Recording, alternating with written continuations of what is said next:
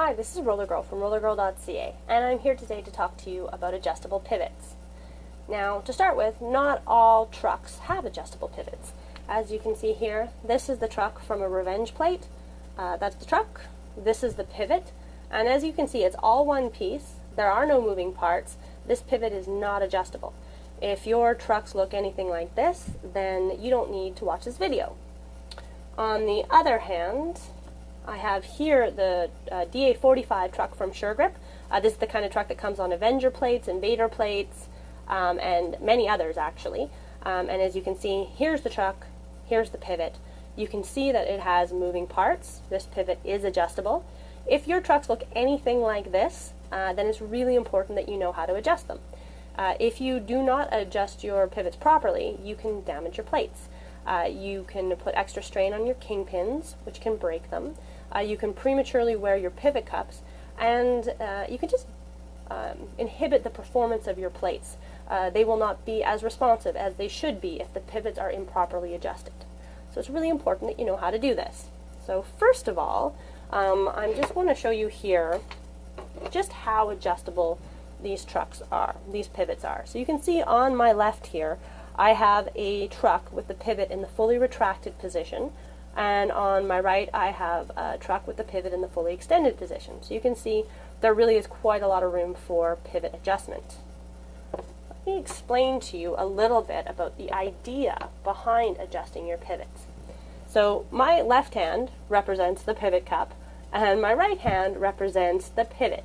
Now with the adjustable pivot, we can move the pivot up and down within the pivot cup. If your pivots are too short, and your pivot's way up here in the pivot cup, every time you put pressure on that skate, you're going to be causing vertical movement up and down inside your pivot cup. And this isn't good. That vertical movement puts strain on your kingpin. It can break your kingpin, and also this will just inhibit the performance of your plates. You can imagine this up and down movement isn't great, right? On the other hand, if you have your pivot adjusted too long, and it is driving, pressing into the pivot cup, it's not going to pivot properly in that cup, and it will prematurely wear your pivot cup. It also does put extra strain on your kingpin, so we don't want that either. Ideally what we want is for your pivot to make light contact with the pivot cup, and this will allow it to pivot properly, give you the best responsiveness for your plates, and it will make your hardware last longer. So this is what we want to do. Now, when you're going to adjust the length of your pivots, first of all, we suggest that you put all of your pivots into the fully retracted position. So once again, extended, fully retracted. Okay? In order to do this, let me show you how to adjust your pivots. So on your adjustable pivot, you have two parts. You have the locking nut and the adjustment nut. So when the locking nut is tight, you cannot adjust the adjustment nut. So first of all, we want to loosen the locking nut. Now this is the tool that comes with the Avenger plates. This is the one that Sure-Grip provides for this, but it's not really my favorite. You can use it if you have it. I'm going to use the real tools instead. So you use a 1/2-inch wrench to loosen your locking nut. Once the locking nut is loose, then we can adjust the adjustment nut, and you know it's loose because you can see it moves freely. Then we take a 3/8-inch wrench, and we can retract or extend, depending on which direction you turn, the adjustment nut. So just give me a second here, and I will fully retract my adjustment nut. And there you are. See, fully retracted position. So now we're going to do this on the plates themselves, adjust them properly. So here's my plates, and as you can see, they have sort of a medium length adjustment right now. They're not as extended as I showed you before, but they're not fully retracted either. And we're going to want to adjust them, so the first thing that we're going to do is we're going to move those pivots into the fully retracted position. And as I just showed you, we're going to do that by first loosening the locking nut. Once that is loose, and you can see that it moves freely, and it needs to move freely, we don't want it pressed right up against the adjustment nut. I don't know if you can see that here. This is where the locking nut is pressed into the adjustment nut, and if they are locked together, they will not move independently, and you don't want that. It makes it very difficult to properly adjust and lock down your pivots. So make sure that they are moving freely of each other. Now we are going to move that into the fully retracted position.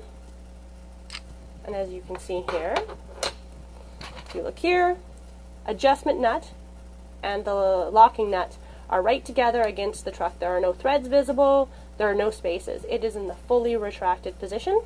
If you look on this end, we're seeing threads in between. We obviously know this is not fully retracted. We're going to do the same thing to this truck. So first start by loosening the locking nut. See, it moves freely. Now we are going to retract the adjustment nut into the fully retracted position. So you can see we have both trucks with their pivots in the fully retracted position. Now let me just take a quick break here to tell you why we do it this way. So once again, here's the pivot cup and here's the pivot. And what we've just done is it was sort of somewhere in here, and we have shortened the pivot into the fully retracted position. Now when the pivot's in the fully retracted position, you know that it's too short. You know that you must lengthen it in order to get to the proper position. If it's somewhere in the middle, you might not know which way to go, so it's nice to start here where you know we're too short. Now we're going to lengthen slowly until we feel contact. And what you do is we're here, you're going to push on that and you're going to feel that there's movement. And then we tighten it, make it a little bit longer, push on it again, and you'll feel, oh, there's still movement. A little bit more until there's still movement. You keep doing that until you push and feel that there's no movement into the pivot in the pivot cup. And at that point you stop and you know you've just made contact. So I'll show you that visually here. So you can see there is movement. So we know that the pivot is too short. Now when you're doing this on your skates, so you've taken your skates, you've retracted your pivots all the way.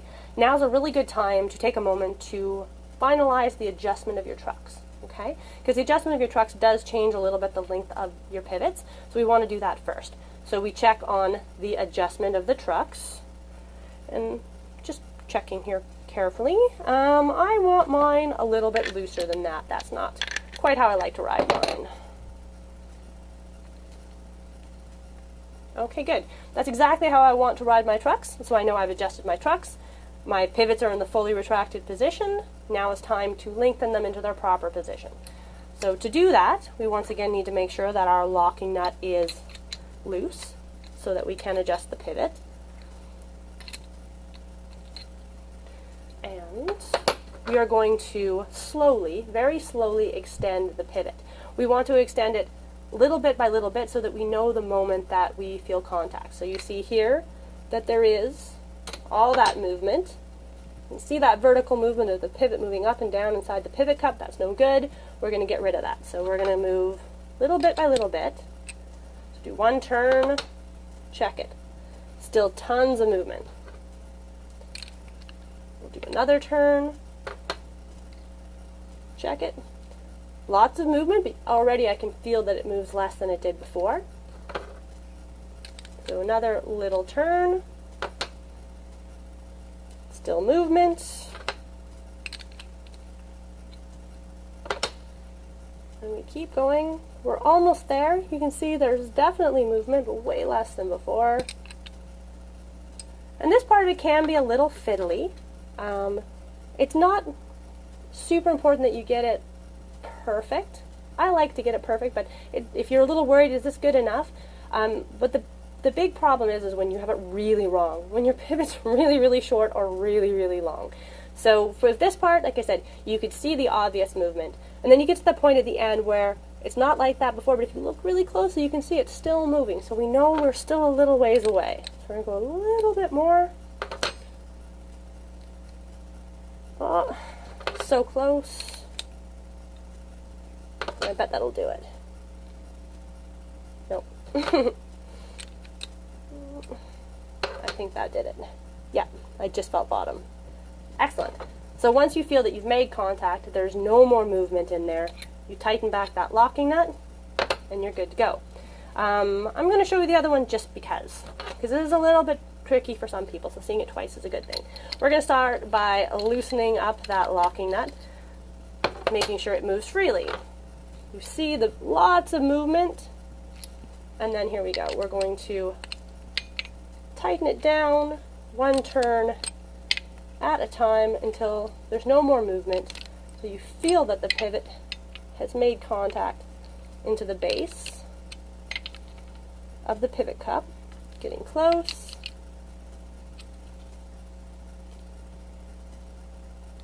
That did it. So once again, the pivot is adjusted properly. Now we tighten down the lock nut, and you are good to go. It is important to adjust your pivots every time that you take the whole plate apart. So if you're going to change your cushions, which are these buddies in here, that's a good time to adjust your pivots. When you put them back in, adjust your trucks the way you want them, and then adjust the pivots. Or if you're going to dramatically change the tightness of your trucks, so say you've been riding with really, really tight trucks, and now you want to ride with really, really loose trucks, you'll want to change the adjustment of your trucks and then adjust your pivots. So that's everything for today. Happy skating!